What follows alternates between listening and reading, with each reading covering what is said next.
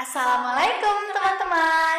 Kembali lagi di Arahma Podcast. Think, Talk, Transform. Welcome to Mei Aspirasi dengan topik sosial masyarakat dan budaya.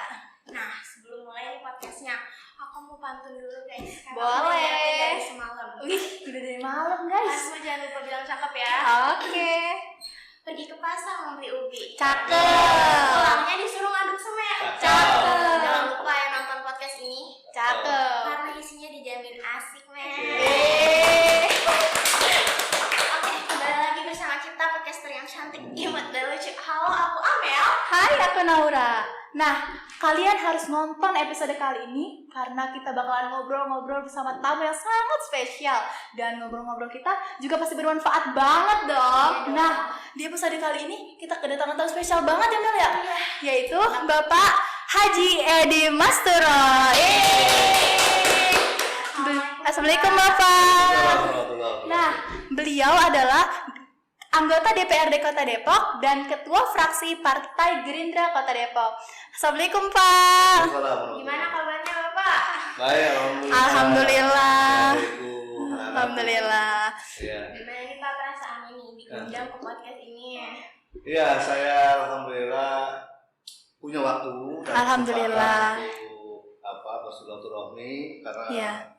Bang Paras hampir 2 bulan ya Iya. saya minta waktu karena memang saking padatnya waktu Iya. saya sehingga baru pagi ini bisa hadir ya. Alhamdulillah. Dan maaf atas nama pribadi dan atas nama lembaga, terima kasih sudah memberikan yang terbaik untuk masyarakat Kota Depok Iya. dengan adanya podcast ini. Ya, terima kasih juga Bapak sudah datang ke podcast Arahma ini dan sudah menyempatkan waktunya untuk Siap. datang. Oh, ya. Jadi kita juga senang banget. Iya, kita senang banget sih bisa tanya jawab sama Bapak nanti. Insya Allah ya. Iya. Oke Pak, Bapak boleh nggak nih ceritain tentang latar belakang Bapak ke penonton semua biar penontonnya juga bisa pada tahu nih tentang latar belakang Bapak. Oke. Sebelum panjang lebar, Iya. semua pantun juga. Iya. Oke, ih boleh banget. Saya cakep banget.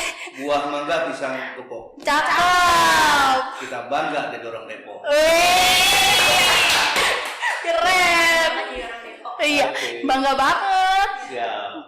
Jadi gini, sesuai dengan yang tadi kamu tanyakan kepada saya, Iya. latar belakang saya, tentunya saya harus sampaikan dari awal ya, Iya. karena memang ini histori atau sejarah kehidupan Iya betul. yang tentunya barangkali ada sisi positifnya untuk memotivasi generasi sekarang. Sejak SD saya itu sudah punya naluri kerja keras. Oh, keren. Nah, dan itu di luar sepengetahuan dan diketahui oleh kedua orang tua. Oh. Saat itu saya usia SD pernah melakukan atau jualan kantong plastik. Oh, Mungkin kalau warga kita, warga Rawadeno khususnya nggak tahu latar belakang atau sejarah saya kok bisa Edi Masturo, padahal orang Iya. tuanya barangkali ya dulu disebutnya kan tukang kredit ya.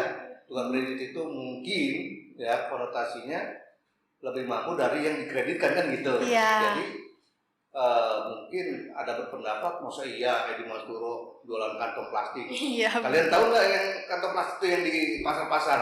Bukan Oh, kantong. jadi Nah, biar itu kayak plastiknya. iya iya. Itu usia Tahu, SD tahu. itu kedua orang tua tidak tahu. Oh. Saya inisiasi sendiri karena memang nggak tahu juga saya kenapa terbentuk sejak kecil seperti itu. Jualan kantong plastik kayak di depo baru dulu sebutnya itu depo baru itu yang di Margonda. Lalu ketahuan lah tuh saya sama tetangga atau saudara yang biasa beli sayur buat jualan lagi. Iya. Setelah saya tawarkan, bu kantong gitu kan. Akhirnya, oh lu anak si ini ya gitu. Waduh, itu ternyata keluarga saya. Akhirnya saya kabur tuh, namanya anak kecil kan. Iya. Gitu. Saya kabur, saya khawatir nanti ibu itu atau saudara saya itu ngadu ke orang tua saya. Udah, akhirnya setelah itu saya pindah ke pasar minggu. Coba kalian bayangkan, dulu itu anak-anak sini, anak-anak Rawadeno atau anak-anak teman-teman saya itu nggak sampai pikirnya di situ. Tapi saya dengan ada begitu, saya termotivasi lagi pengen jualan lebih masif ya, lebih banyak pendapatan pribadi ya, karena memang cari jajan sendiri ibaratnya gitu. So pindah ke pasar minggu. Pasar minggu tuh naik kereta. Dulu kan bebas naik kereta KRL tuh. Nah, di sana saya berniaga, berjualan kantong plastik itu. Bahkan kalau di sana kesempatan untuk jadi kuli panggul itu ada. Itu masih usia SD loh, kelas 3 SD kalau nggak salah. Kelas 3. Kelas 3 atau kelas 4. Iya. Iya. Ya mungkin di situ saya punya pengalaman yang luar biasa lah. Artinya di situ kebentuk mental. Iya. Saya juga nggak tahu naluri saya itu dari kecil tuh segitu ya. Itu lama, untuk 3 tahun saya di sana di pasar minggu. Itu waktu-waktu libur sekolah, kan saya sekolah. Yang lucu gini, ketika itu saya dapatkan kuli panggul di sana kan, bawa barang dagangan ibu-ibu itu, panggul bu, bawain kan gitu ya. Adalah ibu-ibu udah kesiangan barangkali jam 11-an waktu itu. Oh iya dek, bawa nih dagangan saya. Kemana bu? Kampung Jawa. Kampung Jawa itu mana? Itu yang terpusat Condet. Kalian bayangkan, aku dari Robinson Pasar Minggu saat itu nyebrang rel, turun ke bawah, naik ke atasnya, terjal sekali. Jam 11 setengah 12 baru sampai di lokasi tersebut ya. Nah itu harapan saya waktu itu dapatlah Rp1.500 waktu itu kan besar ya. 1.500 nih, alhamdulillah nih, insya Allah nih dapat 1.500 nih gitu kan. Enggak tahu nggak? Cuma dikasih 750 perak. Waduh, bu, nggak salah ini jauh banget gitu. Kamu mau baru katanya kali kesini ya. Ini saya udah berlangganan biasa begini. Masya Allah, udahlah. Ini kalau saya cerita itu pinggang saya masih sakit. Masih ada efeknya. Ini tengah hari bolong, setengah 12 saya naik tanjakan itu bawa belanjaan sayuran 1 karung, dikasih 750 perak. Harapan saya 1.500. Kan tidak sesuai harapan, jadi kecewa kan gitu. Sehingga udahlah, saya pasrah, udah aku serahin yang kuasa ya, sama Allah mungkin nanti ada gantinya. Nah, singkat cerita saat itu udah balik lagi ke pasar minggu, udahlah dapat sekian lah gitu kan. Udah minggu depannya kan aku kan ke pasar itu kalau libur, minggu ya, dulu kan hanya minggu ya. Pada subuh tuh aku langsung keluar rumah, ditanya sama emak waktu itu, sama Bu Haji Rohani. Lu kemana? Main bola di Pamandor sini kan, ada lapangan bola. Saya pikir saya alasan lah, bohong lah orang tua, tapi bohong kebaikan lah, gak apa-apa lah ya. Artinya saya bohong orang tua, saya bilang main bola, ternyata saya jualan kantong, kuli panggul gitu, luar biasa. Nah, seminggu kemudian, benar, Allah itu nggak tidur. Ya, artinya akan diganti rezeki kita oleh Allah. Seminggu kemudian, saya jualan lagi, terus ada ibu-ibu, mungkin orang kaya ya, orang kaya, nih bawain deh, gitu kan, bu, bawain.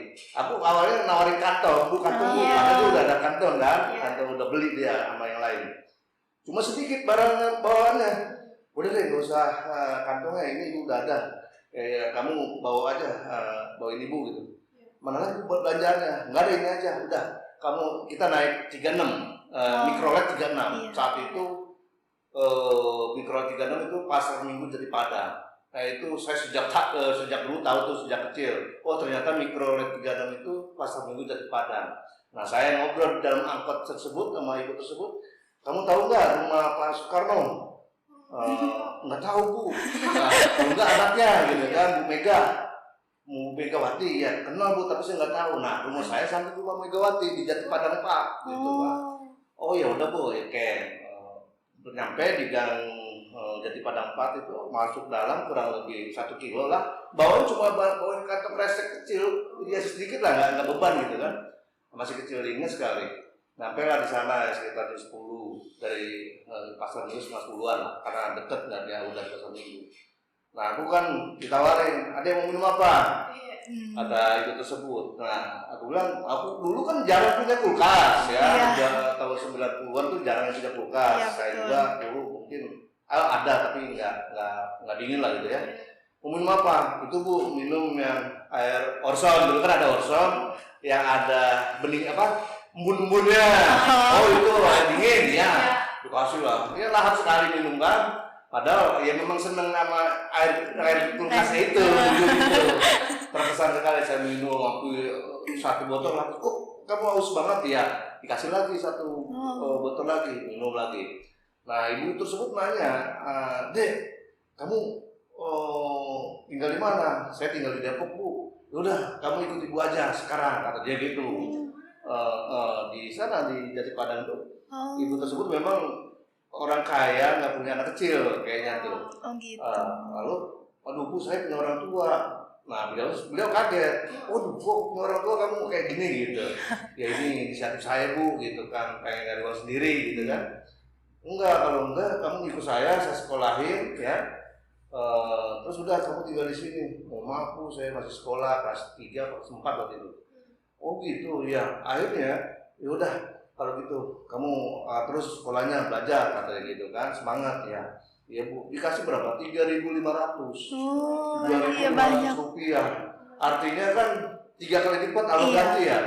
Apa berapa Kak? Berapa kali lipat tuh? Hampir 5 kali lipat Iya, kali ya. hampir. Dari 750 perak diganti sama lo ya 3.500 waktu itu. Itu naik angkot nggak Iya. mampu ya kan, cuma nenteng belanjaan sedikit kayak gitu. Nah dari situ SMP, nah saya dari SD pindah ke emak saya ini, ibu saya ini, orang tua saya ini pengen banget saya jadi ustadz atau kiai. Kamu lu mondok katanya, mondok tapi mondoknya jauh-jauh, mak kangen katanya gitu ya. Karena saya anak laki paling tua, kakak saya perempuan semua, jadi mungkin dulu ibu saya sama saya itu sayang gitu ya, karena pengen punya anak laki. Akhirnya saya dipondokin lah tuh, nggak jauh di Al-Awabin, almarhum Abuya kayak Abdul Rahmanawi ya. Di situ, di situ saya niat, padahal saya niat banget pengen ngikutin apa kata orang tua, pengen jadi ustadz lah gitu ya, pengen jadi ustadz. Dulu kan ada Kiai Mas Turo namanya kan terkenal tuh. Nah ibu saya termotivasi sama itu, sehingga saya ikuti arahan orang tua, mondok, dapat setahun hampir 2 tahun di Al-Awabin. Nah saya disitulah berubah, saya nggak tahu tuh, ya itu jalan Allah lah ya. Padahal niat kita udah lurus banget. Akhirnya saya sering izin sama security pengen makan bubur Madura, di situ kan dulu ada tuh di pasar. Izin keluar terus, nah bergaul lah sama anak-anak bebas, anak-anak SMP yang pada ngerokok, yang pada ngopi. Wah, akhirnya saya ketemu di pergaulan tersebut, sehingga bawa rokok ke pondok. Oh gitu, saya bawa rokok ke pondok. Saya ngerokok di kamar. Teman-teman pada bingung, kok Mas tuh berani ngerokok ya kan gitu. Padahal saya ngumpet juga, nggak tahu kan ngerokok kan. Akhirnya ada sidak lah dari para asatid ke mukim-mukim tuh kan, bau rokok kan di kamar kita. Iya ketahuan. Nah saya pas ada sidak dari para asatid, saya udah terburu-buru nih, saya hilangin kan, saya ini bau rokok gitu ya. Nggak tahu ini saya salah.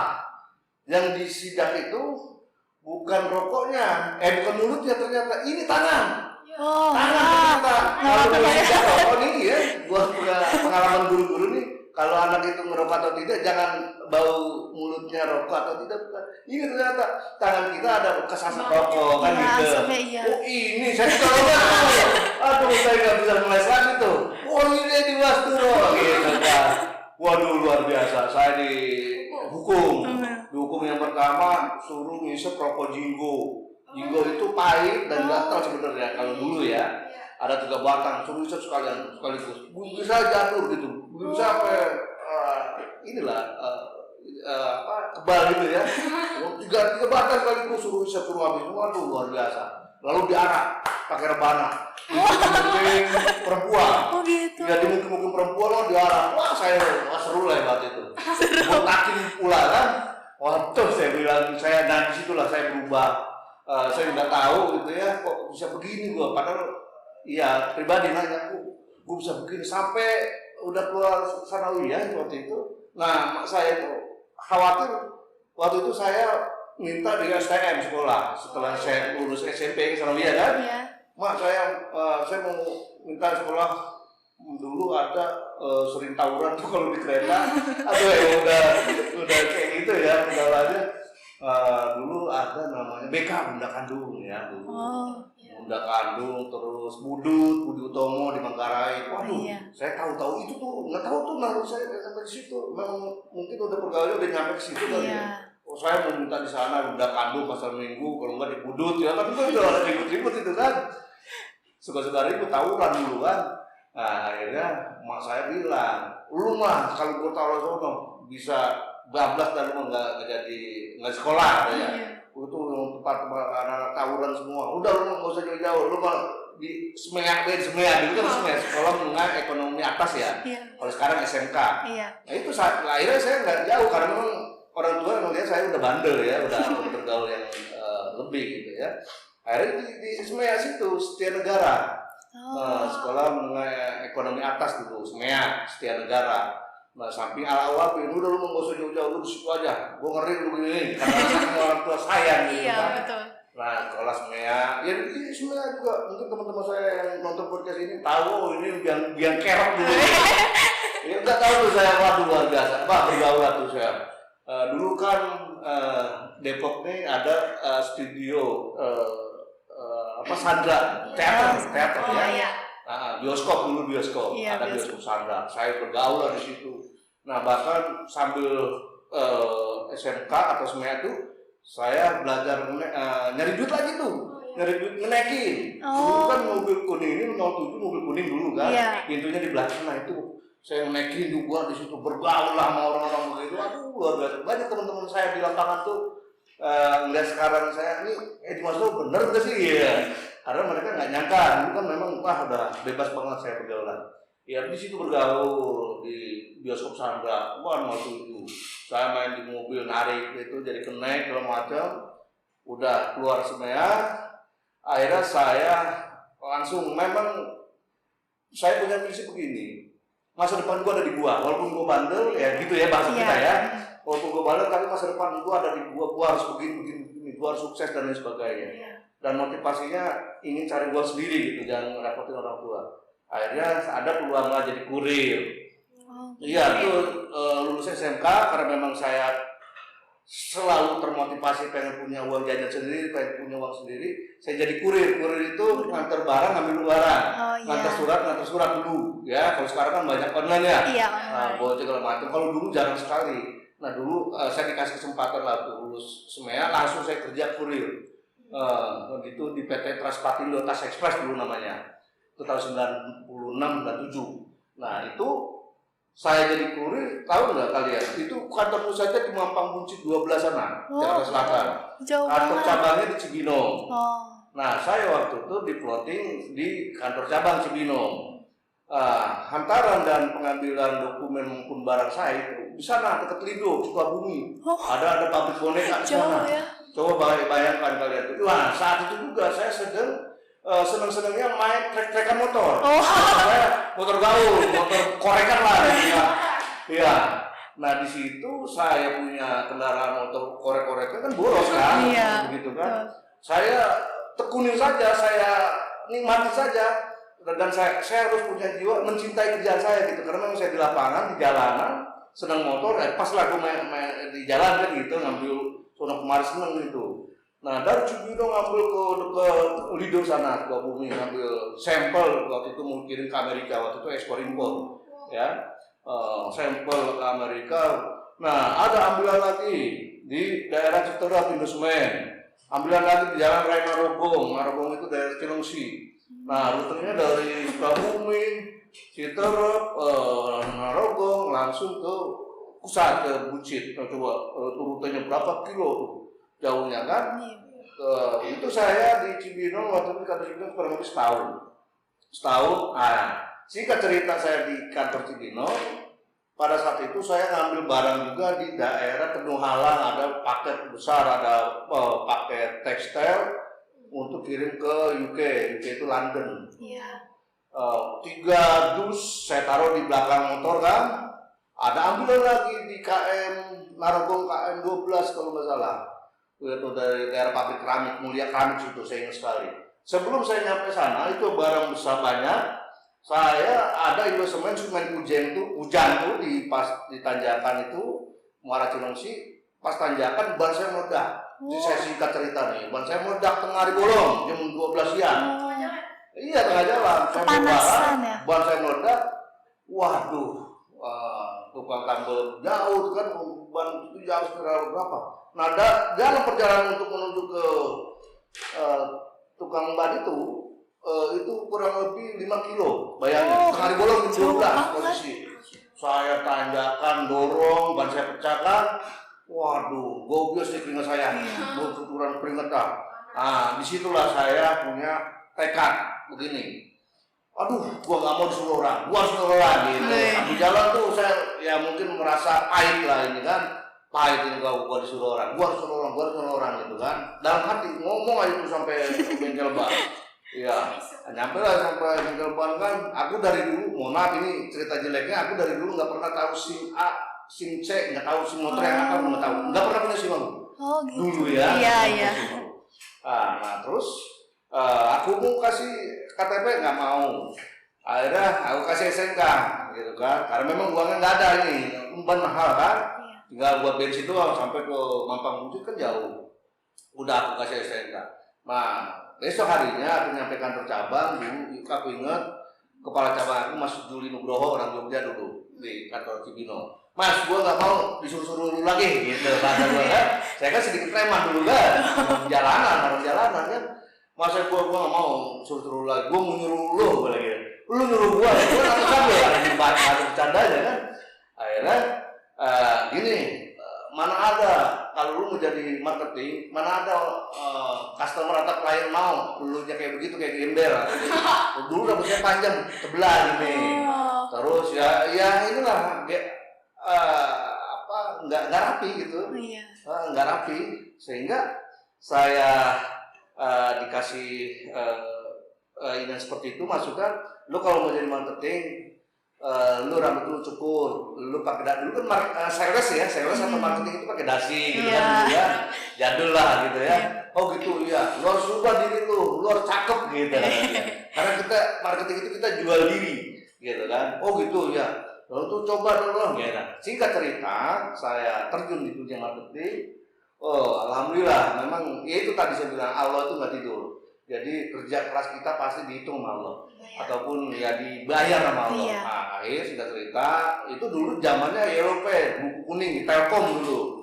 Ya ada, kita sumber cari informasi itu ada dulu namanya Telkom, buku Telkom, Yellowpad namanya. Taruh di situ PT apa. Nah pada saat itu di dalam Mercedes-Benz ada suatu perusahaan rel hordeng mau ekspor ke Auckland. Auckland itu benua Australia, saya juga nggak tahu dulu kan. Ternyata Auckland daerah sana, benua Australia. Kayak Australia kan tahu kita Sydney, Melbourne ya kan. Ini Auckland kan memang agak sedikit gitu ya. Akhirnya itu dengan berat barang 1 ton 300 kilo, 1.300 kilo. Nah itu kan kalau via udara, via pesawat itu kan kalau yang tonase begitu tuh luar biasa, artinya biayanya. Iya betul. Nah, ini saya tanya sama Pak Cawan saya, lu yang benar, itu benar nggak? Lah benar ini orang serius, bla bla bla bla. Bahkan dulu saya suruh faksimile harga flash list perusahaan saya itu kan depan belakang. Nah saya pikir itu nyampe di penerima itu depan belakang juga gitu ya.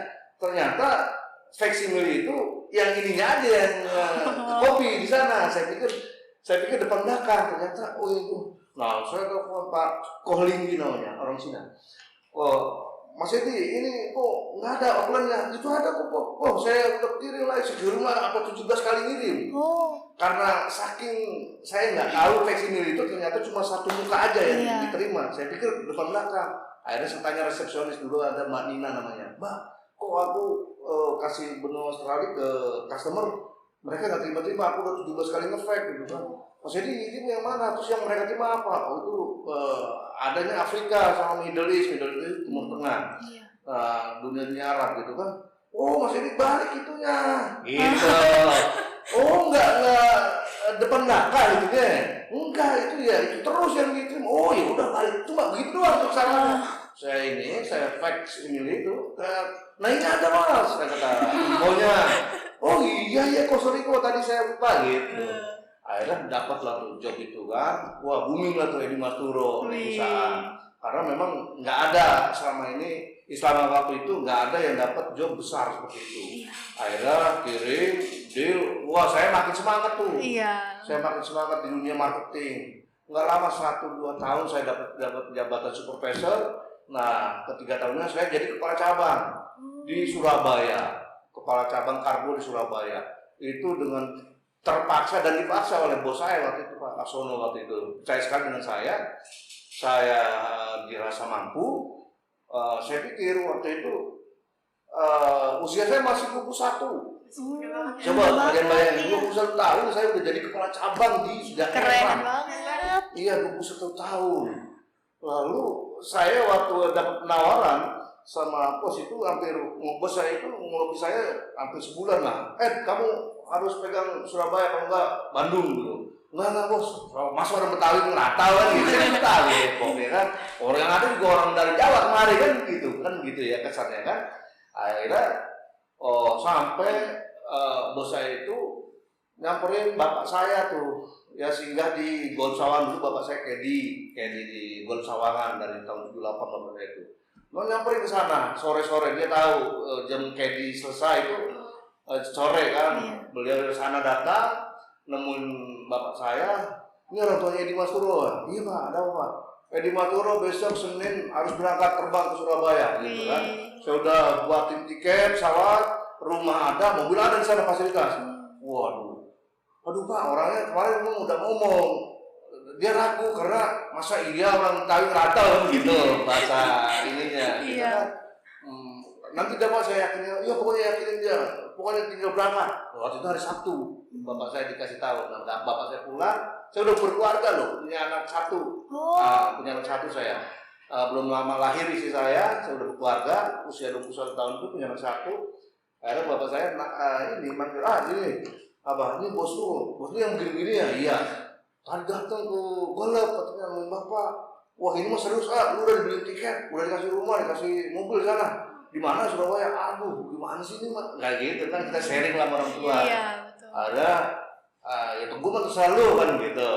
Nah kalau lu siap mau ya Bismillah lu sono gitu, enggak ya nggak usah gitu, mau saya paksain nanti gimana. Akhirnya pertimbangan saya ada masih kehantui, masa iya gua harus ngerantau, yang ada juga dari Jawa kemarin gitu. Masa iya, tapi karena memang motivasi dari orang tua juga, kalau mau cari pengalaman ya silakan gitu, kalau mau ragu jangan gitu.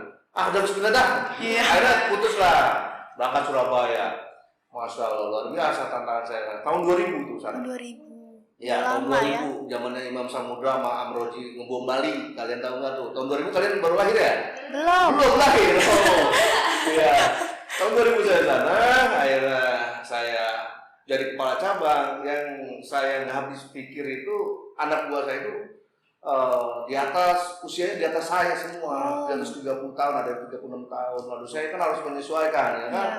Ini bos ngasih kepercayaan ke saya dari sisi apa ini? Padahal saya masih muda, ini anak buah saya kurir maupun marketingnya dan customer saya di sana usianya di atas saya semua. Akhirnya saya bikin KTP saya naikin 2 tahun di sana dari saya.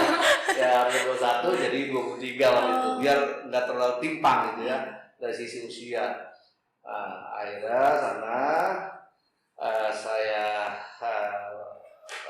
jadi kepala cabang di sana. Itu Pandaan Pasuruan saya tahu persis, dan itu saat itu sedang ramai-ramainya barang-barang TKW atau TKI dari Arab ke Jawa Timur. Nah pengalaman saya alhamdulillah di sana itu seluruh pelosok di Jawa Timur insya Allah saya tahu, sampai Banyuwangi Jawa Timurnya, timurnya Jawa Timur itu Banyuwangi. Kalau selatannya Jawa Timur itu Pacitan.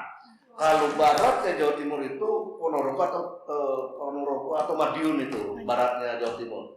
Nah utaranya Tuban, ya itu 4 penjuru saya tahu, sampai pelosok-pelosok. Bahkan pernah saya punya pengalaman di Lumajang waktu itu. di Lumajang itu ada gunung apa namanya? Lumajang itu ada gunung apa? Nah di sana itu perkampungan Madura di bawah kaki gunung Lumajang waktu itu. Nah saat saya cari alamat sana, saya itu waktu itu office boy saya ajak, waktu itu saya driving sendiri, bawa mobil sendiri karena waktu itu padat sekali aktivitas antara dari Arab itu. Di sana itu orang Madura nih, orang anak buah saya. Ngobrol sama Madura nggak nyambung karena di sana Madura apa ya, Madura yang dulu ya kan banyak bahasanya ya. Iya. Kok nggak ngerti? Hanya polisi pun di sana bahasanya nggak ngerti juga. Emang Madura lama itu, Iya. bahasa Medok yang lama banget. kuno itu.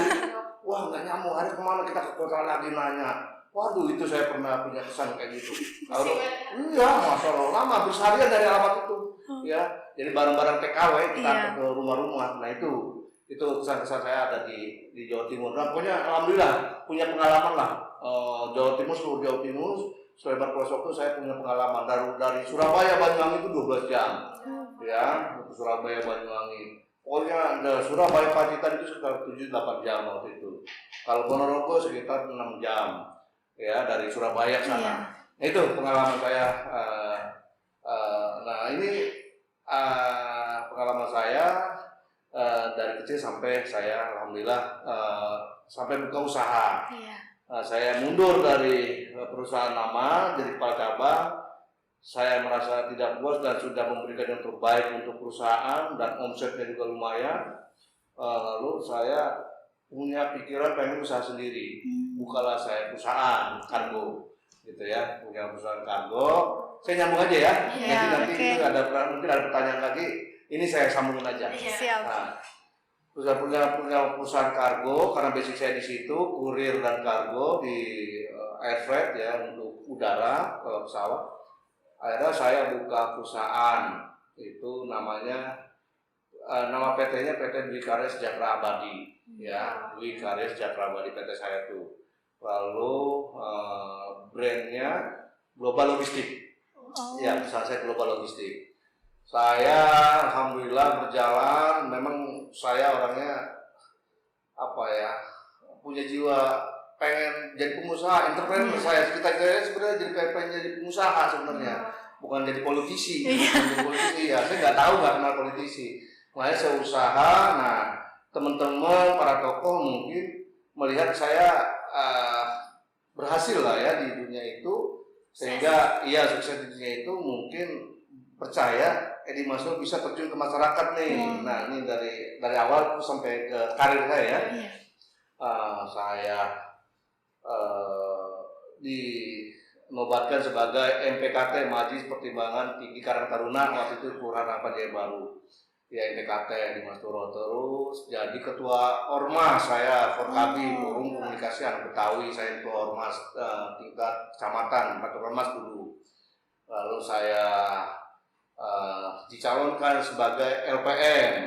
Nah itu ketua Forkabi saya mundur, terus saya dicalonkan lagi oleh para tokoh Perangkapan Jaya Baru itu sebagai LPM, Lembaga Pemberdayaan Manusia Masyarakat ya, Lembaga Pemberdayaan Masyarakat LPM. Setara dengan lurah tapi non struktural.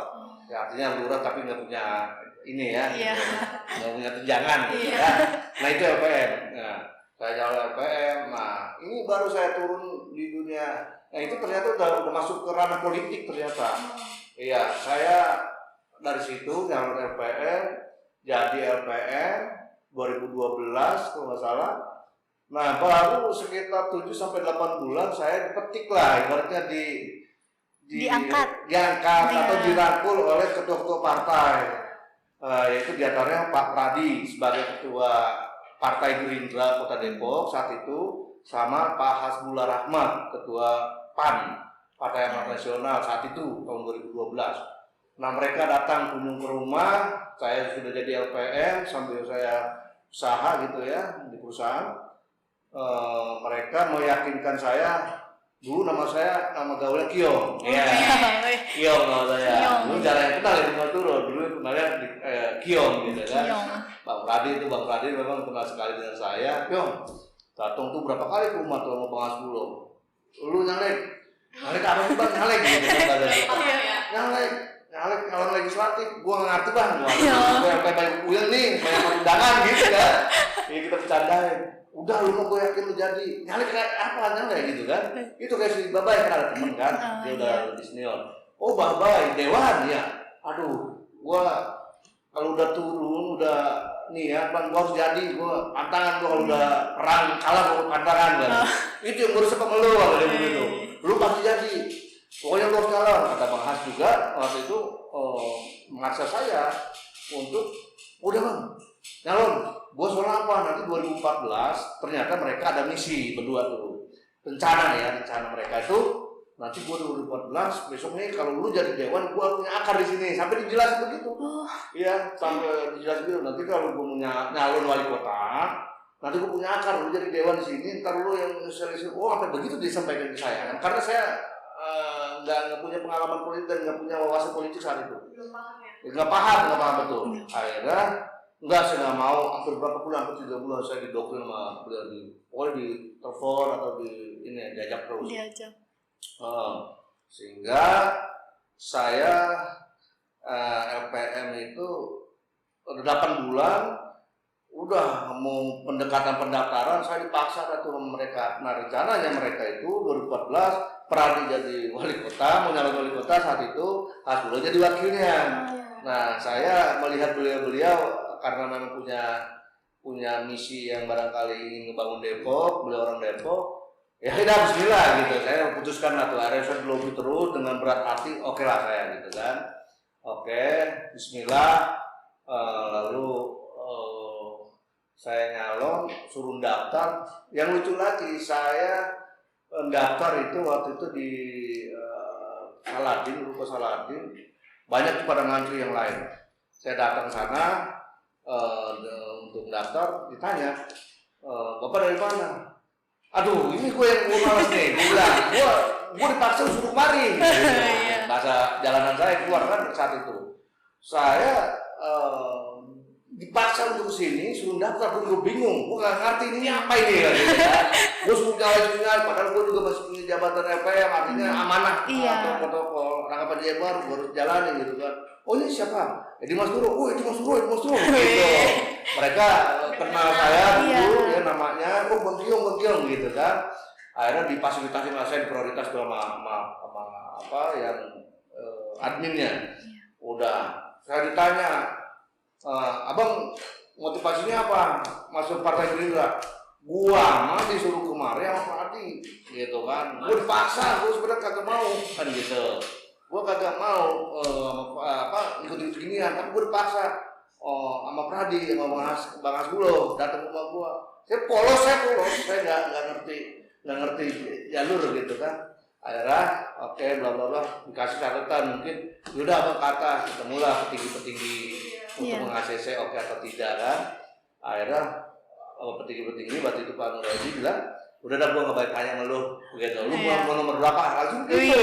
Jadi nggak tahu tuh apa catatan kecilnya apa, nggak tahu, cuma saya datang ke beliau itu langsung ditanya, udah lu mau nomor berapa. Saat itu caleg di Dapil Pancoran Mas ada 7 caleg, saya disaranin kalau nomor 1, nomor 6 gitu. Waktu itu Partai Gerindra nomor 6. Nah pertimbangan ngomong sama istri, izin sama istri, nomor berapa? Nomor 1, nomor gengsi katanya kan agak gimana gitu kan, ada administrasinya atau apalah gitu kan. Terus akhirnya disarankan nomor 6, kita pertimbangkan nomor 6. Udah nomor 6 aja dah karena kita baru, nomor partai baru, nomor 6, Partai Gerindra saat itu. Jadi nanti ngarahin, karena memang punya basic dunia marketing ya, jadi kita tahu, oh kalau 6 misalnya gitu kan. Udah nomor 6. Alhamdulillah 2014 saya tampil, nyalek, jadilah tuh, padahal itu ketatnya luar biasa persaingan waktu itu. Karena saya bukan siapa-siapa, ya saya latar belakang yang tadi saya sampaikan. Lalu di internal kita, di internal Gerindra saat itu ada tokoh besar, ya tokoh lah yang dulu pernah punya jabatan di kecamatan kita, misalnya jadi lurah, caleg segala macam. Beliau pensiunan nyalek lah di situ. Beliau juga nomor 1 saat itu Pak Haji Jenal Abidin Mubarak waktu itu lawan saya yang berat gitu kan. Ada 7 caleg. Nah sehingga di situ saya kontestasi, alhamdulillah saya dapat suara terbanyak, jadi dewan di situ. Nah sampai Sekarang alhamdulillah yang udah ketiga periode, artinya saya mungkin kita punya cita-cita, ya manusia punya cita-cita, tapi tetap Allah yang nentuin ya. Iya. Karena jujur tadi saya sampaikan, saya nggak ada cita-cita jadi politisi, nggak ada. Nggak ada. Saya pengen jadi pengusaha. Iya, awalnya saya pengen jadi pengusaha, makanya waktu saat itu usaha saya sedang berkembang saat itu, punya perusahaan. Cuma ya itu, lari ke politik saya pikir banyak juga setelah untuk kita membangun usaha. Ternyata pikiran habis di situ. Ternyata 24 jam kita menjadi wakil rakyat itu 24 jam. Nah, karena memang saya ini apa ya, beban moral. Kalau saya enggak aspiratif, ya aduh nanti apa kata orang gitu ya, apa kata dunia, lu kan jadi dewan mengantarin gua kan gitu.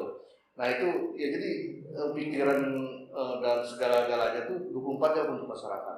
Bahkan keluarga yang sedih, anak-anak kita, anak-anak yang perlu kita ayomi, kita bimbing segala macam itu di nomor 17 kan, ya kita mengutamakan urusan-urusan kemasyarakatan, karena memang ya itu amanah. Iya. Nah, karena pertanggungjawabannya kita disumpah tuh, kalau lagi udah dilatih itu kita disumpah, demi Allah saya bersumpah gitu ya, akan terus memperjuangkan aspirasi masyarakat. Artinya di situ kan kita ketauhidan kita ukur ya, artinya pertanggungjawabannya dunia akhirat itu yang berat.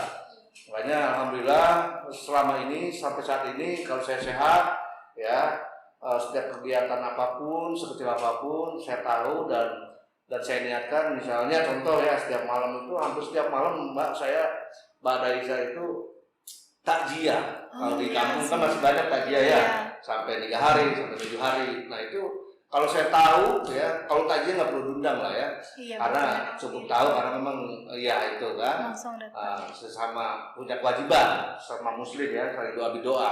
Itu setiap malam tuh saya takjiah keliling ya, dari rumah, misalnya dari lingkungan Rangkapan Jaya, lingkungan Mampang, Pacarman. Saya tahu dan saya sehat, insya Allah saya niatin gitu kan. Atau kalau untuk takziah, lalu di situ banyak hikmah silaturahmi, ya hikmah silaturahmi. Yang saya rasain, alhamdulillah wa syukurillah, selama saya jadi dewan, alhamdulillah wa syukurillah, alhamdulillah saya sehat, alhamdulillah ya. Karena gini, kita ini kerjanya bukan kerja fisik ya, kerja otak, iya pikiran. Kalau kerja pikiran itu beda sekali dengan kerja fisik. Ya, kalau kita nyangkul macul gitu kan, capek tidur ya kan, bangun seger lagi.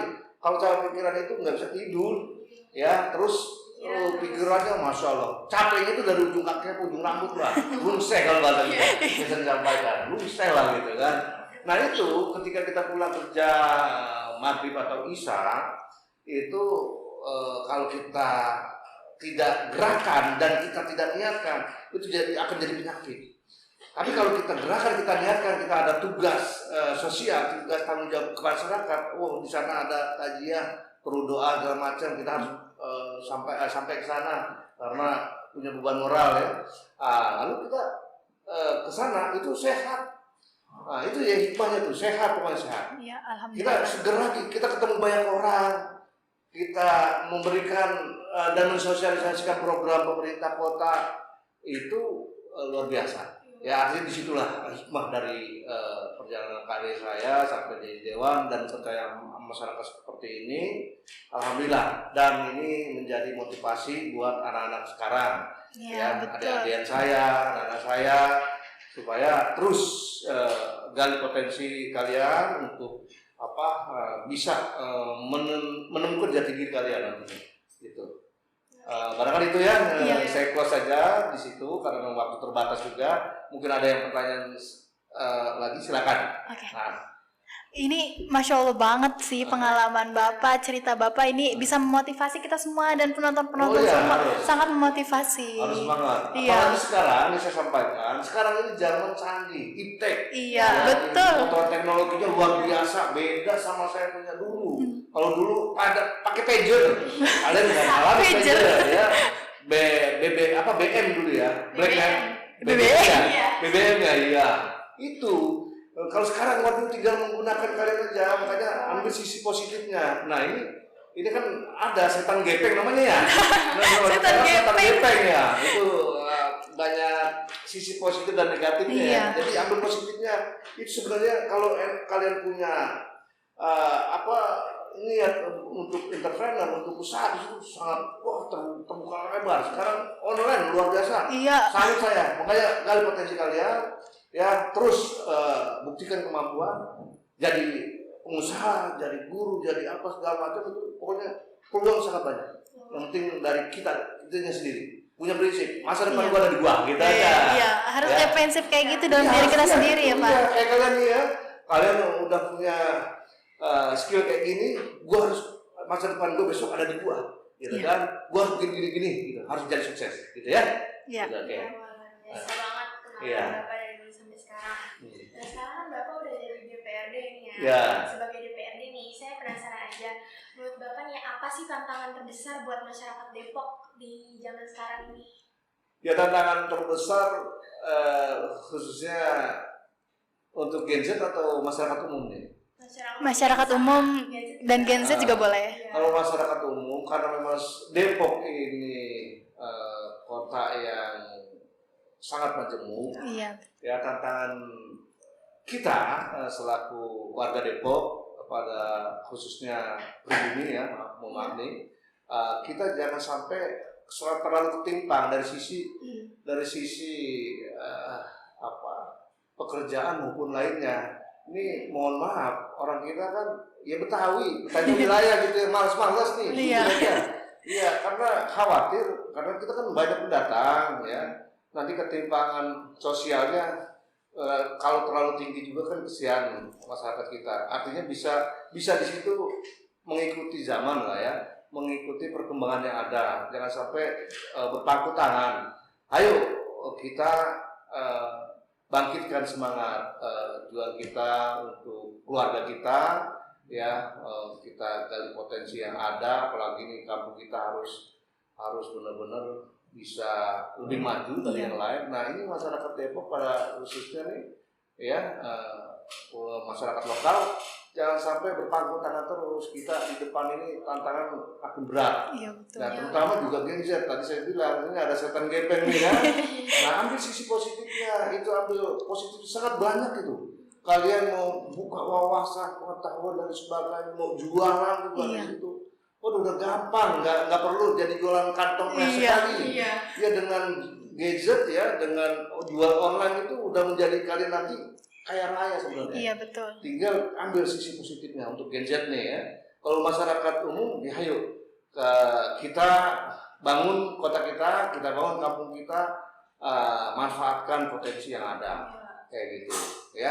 Iya Pak. Oke. Nah Pak, ada nggak sih program yang sudah atau sedang Bapak usahakan nih untuk masalah-masalah sosial seperti kemiskinan, pengangguran, dan pendidikan seperti sekarang ini? Iya, program kemiskinan ya. Iya. Kita di pemerintah kota ini dari urusan belum lahir atau masih ibu hamil kandungan sampai nenek-nenek sampai kakek-kakek itu kita pikirin pemerintah kota. Artinya dari sisi sosialnya pemerintah kota itu memberikan pelayanan yang terbaik untuk warganya. Ya, betul. Dari sisi anggaran maupun program. Contoh ada program di Posyandu misalnya untuk ibu hamil, untuk ibu menyusui, untuk habis hamil menyusui ya lahir, lalu SD sekolahnya juga ya, dan tingkat SD, SMP, SMA pun sarana prasarannya semaksimal mungkin pemerintah kota akan memberikan yang terbaik walaupun masih belum maksimal sekarang ini. Karena memang terbentur dengan APBD, anggaran pendapatan belanja daerah atau PAD kita yang masih kecil. Nah kan nanti untuk urusan mencari peluang kerja juga kita sediakan pelatihan kerja, perbengkelan, UMKM, perikanan, pertanian. Kalau yang punya basic itu silakan, itu ada di program-program tersebut untuk masyarakat kita. ya untuk menanggulangi kemiskinan. Tinggal itu tadi orang kita tuh malas, Iya. ya jujur aja malas, nggak mau memanfaatkan itu. Iya sayang sebenarnya. Karena pemerintah itu yang tadi saya bilang kalau urusan perhatian kepada masyarakat dari hamilnya ibu-ibu sampai nenek-nenek, apalagi sekarang ada program Sayang Emak namanya. Pejabat-pejabat itu harus punya emak angkat namanya. gitu. Ada dari Pak KDM, Pak Gubernur Deddy Mulyadi. Iya. Mereka kalau di Hayat apa ya? Kalau di Jawa Barat itu kalau bahasa Sundanya sayang emak apa gitu lah ya. Saya nggak bukan bahasa Sunda ya. Iya. Nggak ngerti bahasa Sunda. Sayang apa gitu. Nah di Depok itu sayang emak bahasanya. Sama. Nah jadi pejabat-pejabat eselon 2 3 itu diwajibkan untuk mempunyai orang tua angkat ya yang sudah 50 tahun ke atas. Waktu itu Pak Wali ya, Pak Wali Kota kita Pak Sufyan Suri di saat paripurna menyampaikan program ini minimal 45 tahun. Tapi kami di DPRD banyak yang protes. Kalau 45 tahun, jaga 40 tahun masih energik gitu kan. Wah masih muda, jangan sampai nanti malah istrinya yang pada cemburu istri kita kan gitu. Akhirnya kita saranin 50 atau 55 tahun gitu minimal usianya itu. Pejabat-pejabat publik yang ada di Kota Depok itu harus punya emak angkat namanya.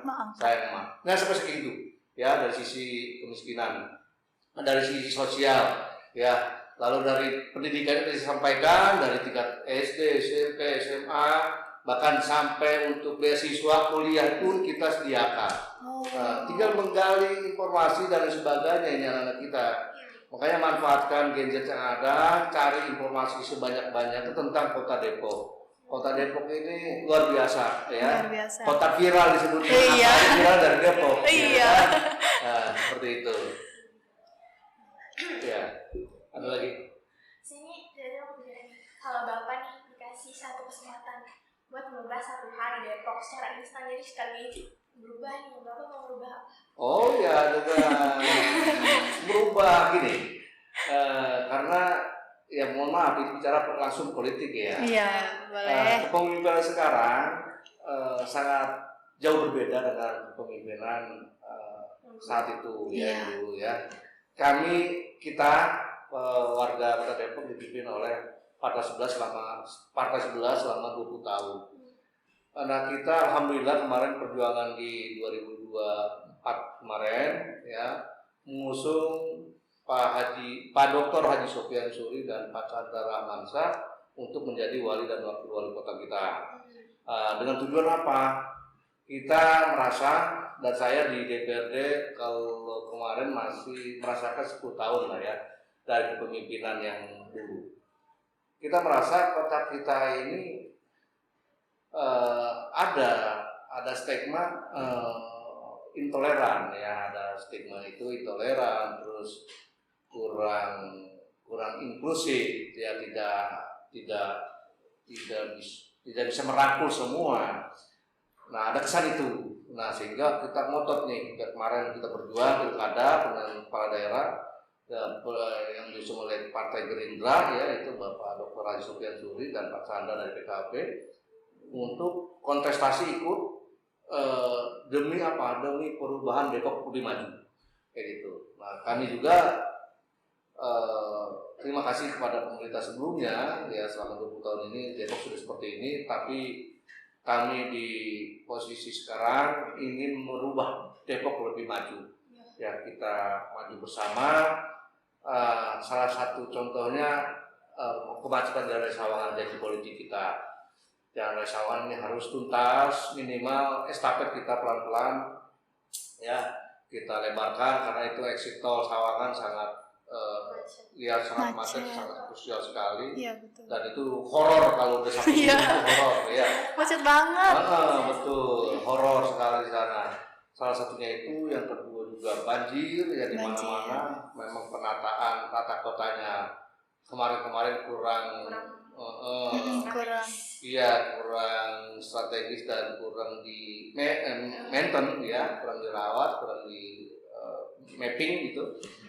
Lalu juga dari sisi sosial budaya kita punya koor nih, kumpulan orang-orang Depok, organisasi tua juga ya ada di situ kumpulan orang-orang Depok, isinya tokoh-tokoh, ya tokoh-tokoh kota Depok.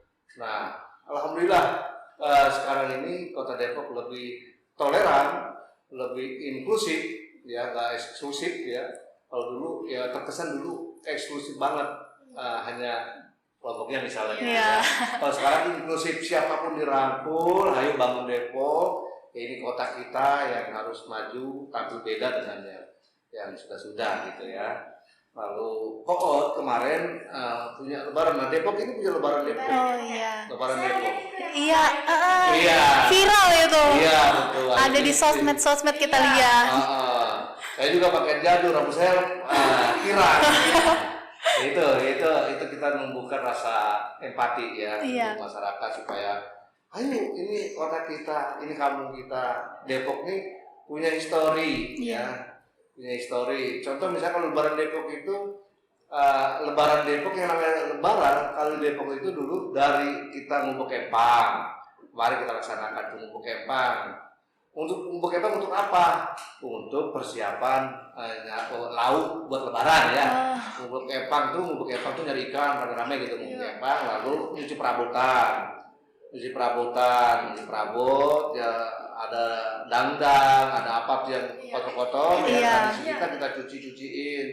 Terus ada ngedengin baju, ngaduk dodol, bikin dodol dulu Betawi dulu. Bahkan sampai lebarannya tuh hari penghabisan namanya, itu lebaran pesta kemarin. Nah itu semua bukan hanya budaya lokal. Iya. Nah disitulah terkesan toleran dan inklusif. Jadi banyak budaya-budaya luar daerah masuk, tampil, ya kesenian daerah tampil, sehingga alhamdulillah di situ masyarakat Depok pada umumnya merasakan oh ini gue bisa tampil reoknya, gue bisa tampil baliknya kan, tari Bali, terus Maluku, Papua dan itu tumpah di situ semua kemarin. Nah itu terbukti bahwa Depok butuh perubahan. Iya betul. Demikian ya. Iya, itu sampai viral gak sih di sosmed Iya, banyak. Iya. Iya. Orang Depok. Baru beliau juga merasakan itu tampil kayak gitu. Iya betul. Pak, apa aja sih yang udah dilakukan sama DPRD untuk melestarikan budaya di tengah perkembangan zaman seperti ini? DPRD pada prinsipnya mengikuti perkembangannya ada, apalagi kita tadi saya sampaikan Koon salah satunya, kumpulan orang Depok itu satu organisasi yang secara resmi dan kita katakan organisasi budaya Depok ya. Iya betul. Kita pemberdayaan budaya Depok itu kita dari DPRD mendukung penuh dan mengapresiasi, bahkan kita titip anggaran di Disporiata untuk membantu nge-backup anggaran-anggaran yang diperlukan. Salah satunya itu. Bahkan kemarin di saat lebaran Depok, karena memang ujung tombaknya itu Koot ya, yang dipimpin oleh Bapak Haji Dahlan, itu setiap tahun baru kali kemarin tuh DPRD hampir 70% turun ikut memeriahkan. Kalau dulu ya kemarin kita nggak terlibat langsung. Kalau sekarang terlibat langsung karena memang itu kita ingin perubahan. Iya. Sehingga dari sisi kualitas dan lain sebagainya kita dampingi, dan dari sisi anggaran juga kita support gitu ya, sesuai dengan kemampuan APBD. Dan alhamdulillah panitia kemarin saya lihat banyak juga hubungan-hubungan emosional dengan para tokoh, mungkin bisa bantu. Kalau dari mengandalkan anggaran dari APBD terbatas sekali kalau untuk bantu itu. Iya. Kayak gitu ya. Nah iya Pak, kalau misalkan nih ya, gimana sih Pak cara kita untuk melestarikan budaya di tengah perkembangan zaman kayak gini tuh kan susah juga gitu. Soalnya sekarang juga udah cukup mudah ya, apalagi juga masyarakat-masyarakatnya juga udah agak melupakan budaya. Iya. Gimana tuh Pak solusinya biar kita tetap ingat sama itu? Ya, kuncinya di kita.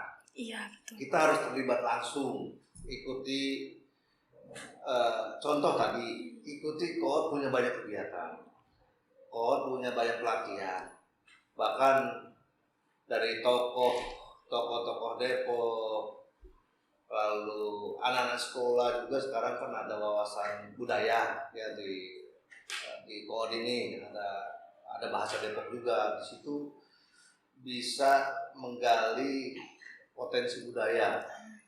Di Koord itu memang ingin melestarikan budaya Depok.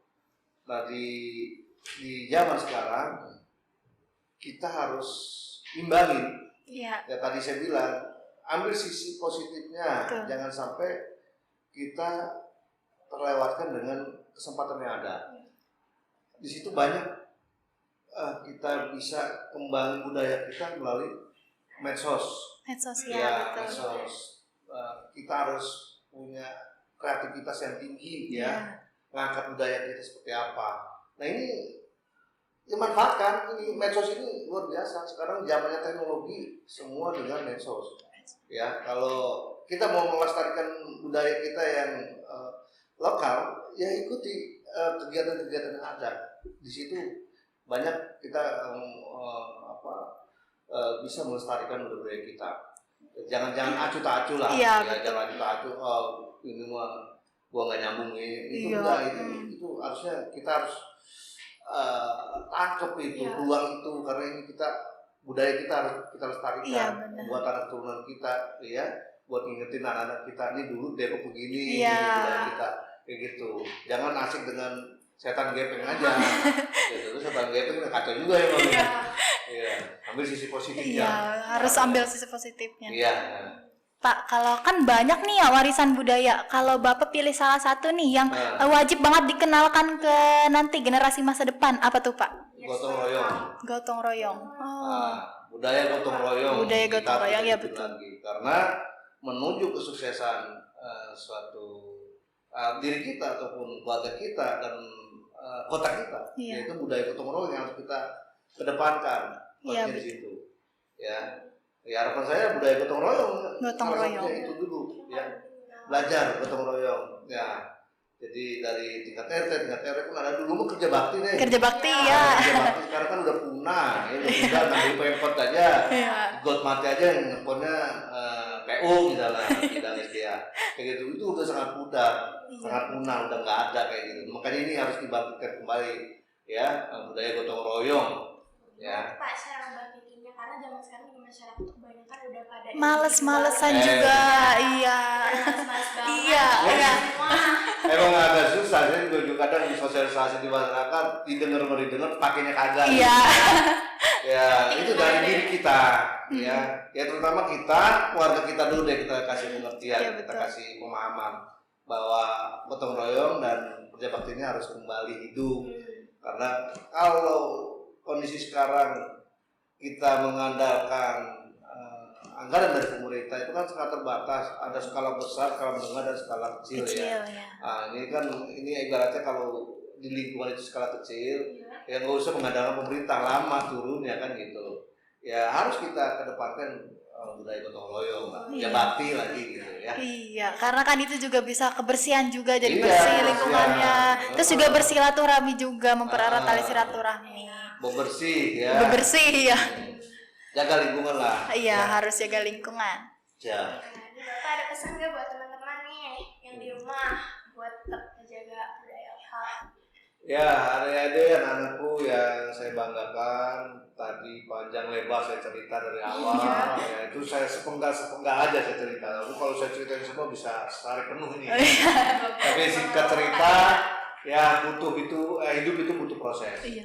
Ya, kita nggak tahu nasib kita, masa depan kita nanti apa, tapi kita harus berbuat dari sekarang.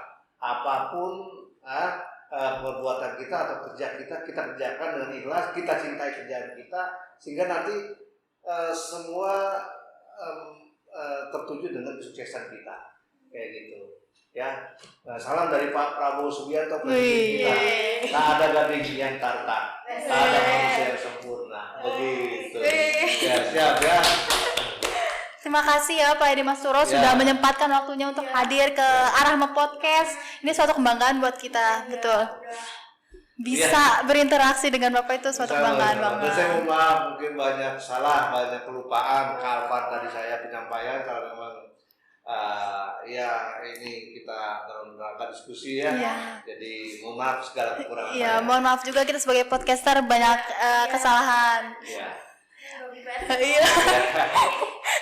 Oke, Pak, makasih untuk waktunya. Semoga di lain waktu bisa datang lagi ke Arama Podcast bersama kita. Oke, insyaallah. Arama Podcast selamat dan sukses ya. Iya, Terus maju dan amin. berkembang. Oke. Ya, terima kasih. Assalamualaikum warahmatullahi wabarakatuh. Waalaikumsalam warahmatullahi wabarakatuh. Nah, itu aja dari aku sama Naura. Kita pamit undur diri dan dadah, bye-bye. Bye. Assalamualaikum warahmatullahi wabarakatuh.